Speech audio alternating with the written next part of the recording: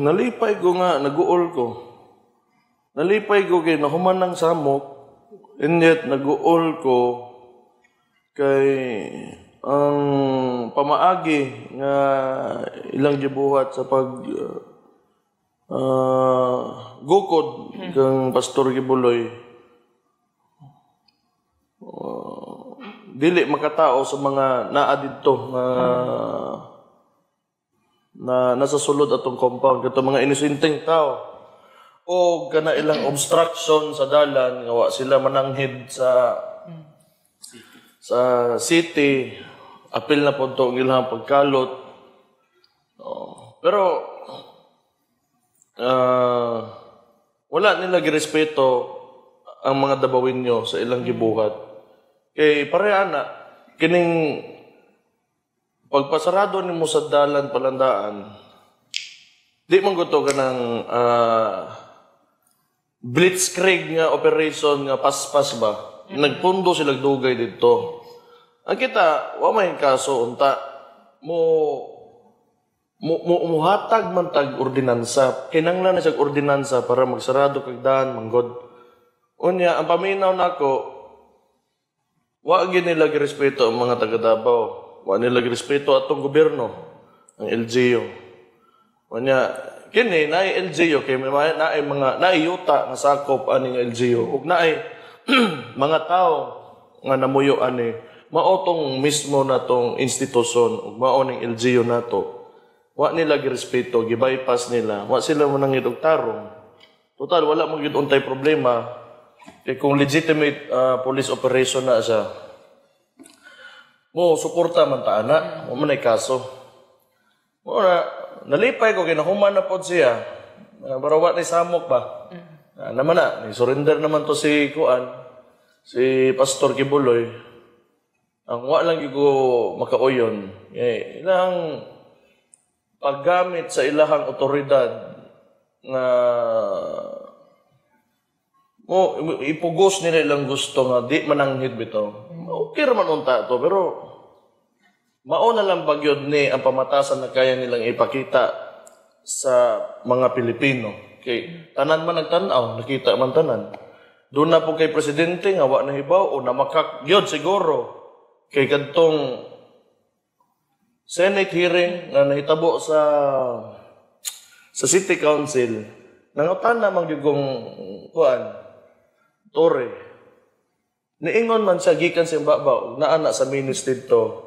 Kung nangutan na ko niya nisod ba mo nga naamoy armas.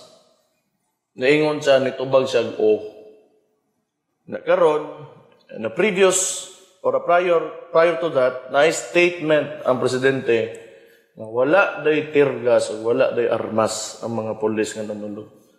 So, ngayon lang nga butang, simple lang magyug kayo na trabaho sa polis, makasabota. Sabota, kikisugo na sila dito, anak tanan. Pero ang pamaagi o paunsa nila gihimo ang ilang operation, diha,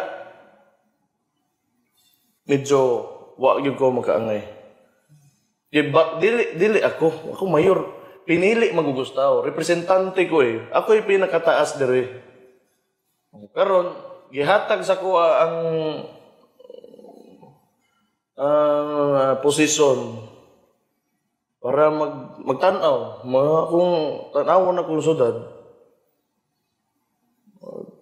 nalain ko kay gibastos nila ang mga taga Davao. How about you, Cons? Sa'yo mo maingon mo? Yes, nalipay man ni tanan na umanagid siya. Pero sa susutin ni Mayor, honestly, mga nabuhat po like namang namatay, no? Yan sa sulod. And mga wala yung threat to life, security po. And then wala tayo nagumba na property, no? So na yung mga naitabo na nga na during the operation sa mga police. Kaya nisagid so nakitaan ginamo sa City Council is once na magsarado mong Gutag Road, naagid na yung road closure ordinance. No, wala gid sila niagi sa mua mo tong isa po sa manakitaan na mo na i-bypass ang City Council kay mismo sila na po ang nag-closure po dito na low area. And then kanang lugar pag diha is dira gid nag-aagi tanan mga bus padulong dito, no? So mo to nag-cause og traffic po dato na time. Ikaw, Terry. Oo, relieve no kay nahuman na. Pero disappointing kung unsaon nila pag-implement sa ilahang mandate as police officers. So, una sa tanan, wala sila proper coordination with the LGU. Dapat nangayo sa agsalag ordinansa sa city na isarado sa andalan kay naa sila himuon na legitimate police operation diha. And then, of course, sa implementation nila sa ilahang gitawag atong warrant of arrest. So, it is very basic, labi na sa mga students of law na naana siya proper implementation. Kay ang police power of the state, the power of the state, no, na very, na siya, invasive na power. And that is why we have the Constitution, the Bill of Rights to regulate these powers. And na yung mga legal issues na nag-arise sa ilahang implementation. So, kaayo, kanang disappointing. And then, of course, during sa ilahang pagsarado sa dalan, apektuhan ang mga livelihood, ang time sa mga tao sa ilang padarbaho. Daghan nagtawag message kung naunsa na ba, sarado na ba gyud ang dalan, di na ba makasulod. So that is also nakakos o kaning tawag great inconvenience sa amo ang mga fellow Dabaweños. So karon nagstorya naman gyud ta sa legal issues, mga implications nini o mga violations na nakita no sa pag-serve nila sa warrant, mayor and cons. Unsa ba ang lakang sa Davao City Government ani apil ang City Council of course, particularly about sa violations, like what's next ba? Moving forward. Mayor, cons? Di, antod mangot sila man dapat ang pangutan-on nato ana manggol na ng pangutanaha. Kaya kita sakto naman atong nakitaan man sa tanan kung unsay to cut the long story short. Unsa lagi mahimo nimo kung ang mismong gobyerno nimo mahimo di mo tuman sa balaod. Pareha man ni gobyerno, LGU sila nasunan man na sila kay pulis sila under the orders of the Chief PNP. Unsa man karon? Magkinasuhay tanduhan nga pareho ta gobyerno? Part siguro dito Mayor sa violations ordinance. Reklamo tas ka tong kaugalingong gobyerno nga ang gobyerno wala girespeto. Wala lagi. Sila na magud ang ending. Sila man to mismo ang national government man to nato. Maunang katuingon nimo ba ang power of the state maguning police power niya. Di ba? Loosely exercised siya ba? Mao man na diha ang issue. So, expect na lang mo, kay wa na may mubadlong nila,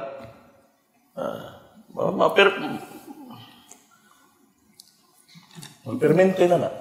Unsa may mahimo na to, kung wa sila ni kog ordinansa. Thank you. I think naman tayo sa penal probation sa ana. Pero I have to check first kung unsa ba. Pero kana lagi pangit manggod kay government against government. Mo na masabot. Mo ang pangit na supposed to be kauban ta. Dili man ta pareho panan-on, nagsinabtanay lang ta nga trabaho ra pud ni tanan. Ingon ana lang unta to ba. Bro ila manobra man sila sa ilahang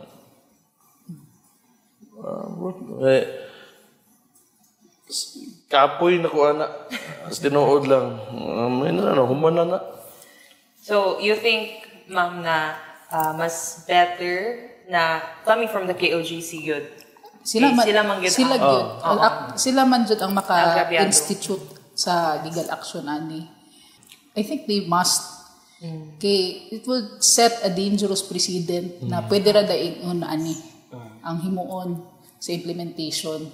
And we have a lot of jurisprudence already regarding sa unsaon ang pag-implement sa warrant of arrest, sa search warrant, naay procedure na unsa siya pag-implement na dili ka mag-trample sa constitutional rights sa mga tao. Yeah. Gihapon na. In other words, lagi inabusar ba unya og kana man gong mo i-tolerate pod sa presidente. ang nahitabo, kaya hamag yun ng police pod, di, balik-balik ko na lang yun na. So, mo lagi to. Sa statement, gatong, kisa may mo magbantay sa pulis.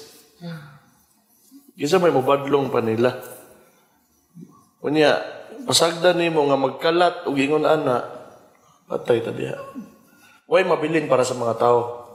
So, nag-iwan ka ganiya, Mayor, na also talked about President's attorney, no? Nag-iwan ka ganiya na basig, tungkol nahitabo na ni, do you think it will happen again in the future ba? I suppose. Any na violation? I suppose. Sa kalalom na sa ilahang kanang unsa, kanang gisulod nga tawag ani ba? Or boundary pag-abot sa asa kutob ang power sa gobyerno or sa police. Tanaw na ko, tuloy-tuloy na gini. Tuloy-tuloy yun na nila. How about sa, napoy ginastoryahan karon, ang ginastoryahan, ang argument yun nila between different sides kay kung nadakpan ba gyud daw si pastor sa sulod sa KOJC or misurrender siya. Ano sa'yo maingon ani Mayor? Ako, mo refer lang ko sa unsa sa interview ni Governor Hubahid. Kaduha na magid siya nagpa-interview, niingon sa ang military sa military ni surrender si Pastor Kibuloy.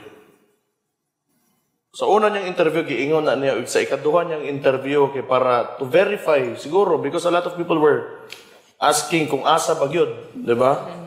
So siguro gipangutana sa usab o niya sa ikaduha niyang interview gi-confirm niya nga mao gid ang nahitabo. So ilaham mo ng story against kang Hubahid nga ingon sila nga sila mo'y nakakuha. Pero given the situation po ani sa tanan karon so kan kalingkod ng presidentehan na nakakita mo bang mayong balita aning kalibutan ni wa naman pod gyud. Pamakak maganig tayo ag 20 ang kilo sa bugas kana na noon. Wa man kay asahan gyud aning gisayunan sila nga motungtong ka gobyerno human mura na kag Ginoo sa imong paminaw niya buhaton na lang nimo tanan imong gusto buhaton. Mo unsa pa may asahan nimo? Mo angkon pa ba lang BBM di naman po na mo angkon. Pud na ni bawaan gyud. Tama itong giingon ni Mayor ganihan na maglibo ka kung malipay baka o mag-uol ka. It's, dili siya, well, we do not know for sure if it's a good news or a bad news. Siguro for the people of Davao, good news siya kay wala na kuan sa buhangin, wala na disturbance dito. Pero it's also, lisod po siya sabton gyud. For you, Mayor, unsa ba imuhang mensahe sa mga Davaoenos after all of this, kuan, after the whole ordeal with the KOJC, niya karon mga developments? Ito, kabalo ka, maghuwat rin taon sa isunod na pod, but nakuha naman nila si Pastor, sa naman po nila, wag yun, di gid na kumatag na, unsa ang dagan aning gobyerno hagin is, tinuod lang. Di gid na kumatag na. Pero sigurado ko, nana po, kabuang rin na. Kabuang rin na. Kabuang rin na, tanan. Nana po kayo sunod, ani na, kuan wala na po kayo makita. Wala naman kay pagsugod na nila, obsessed man kayo sila ng Kibuloy. Si PRD, kanang ICC nila, ipugos na po na nila. Lahi-lahi na naratiba na ilang ginapush. Dili. Pero kana magyud na sila. Tanan yung iso nga ilang ginahimuag narrative nga bisag wa na magilabot ako amahan diha. Naglingkod ra na pagka-presidente niya ni gawas. Gusto gina nila nga matangtang ang tunok manggod nila kung ang amahan si PRD. Hantod sa di nila maunsa ba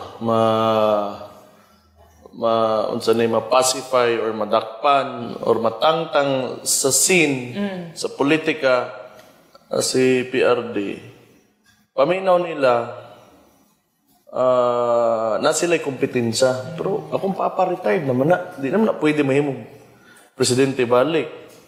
So karon mauna ilahang i-discredit ang akong amahan.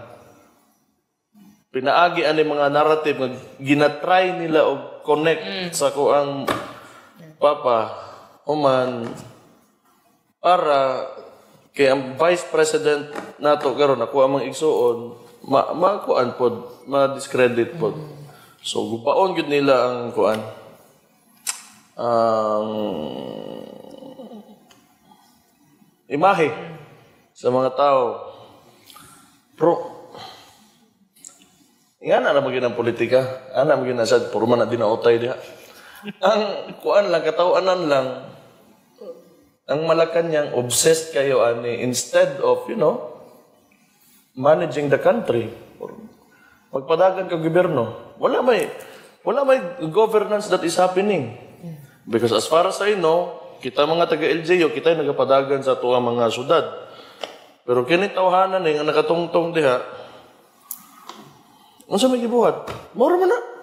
Nagsigilag panudlo, nagsigilag panggukod, o kung kinsa may mabasol niya sa iyahang kakulangan.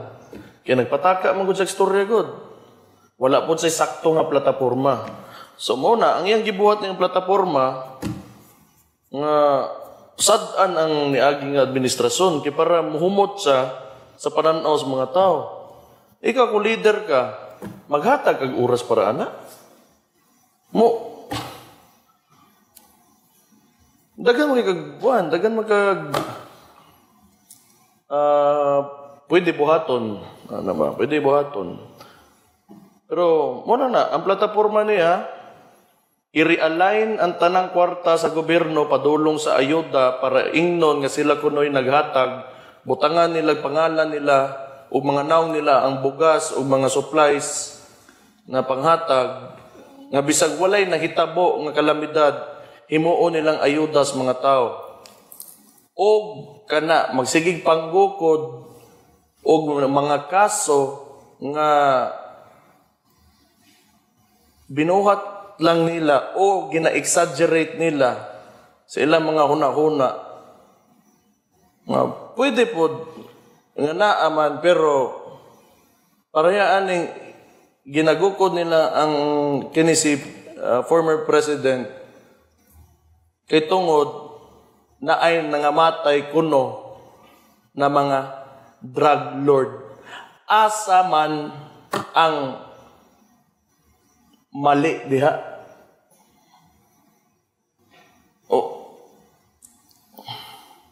How is that a bad thing? Nangamatay mga drug lord, mirisi nila, na nila. Unya karon gukdon to ninyong tao ang who you claim that is responsible for the deaths of drug lords. And you want to punish him for that?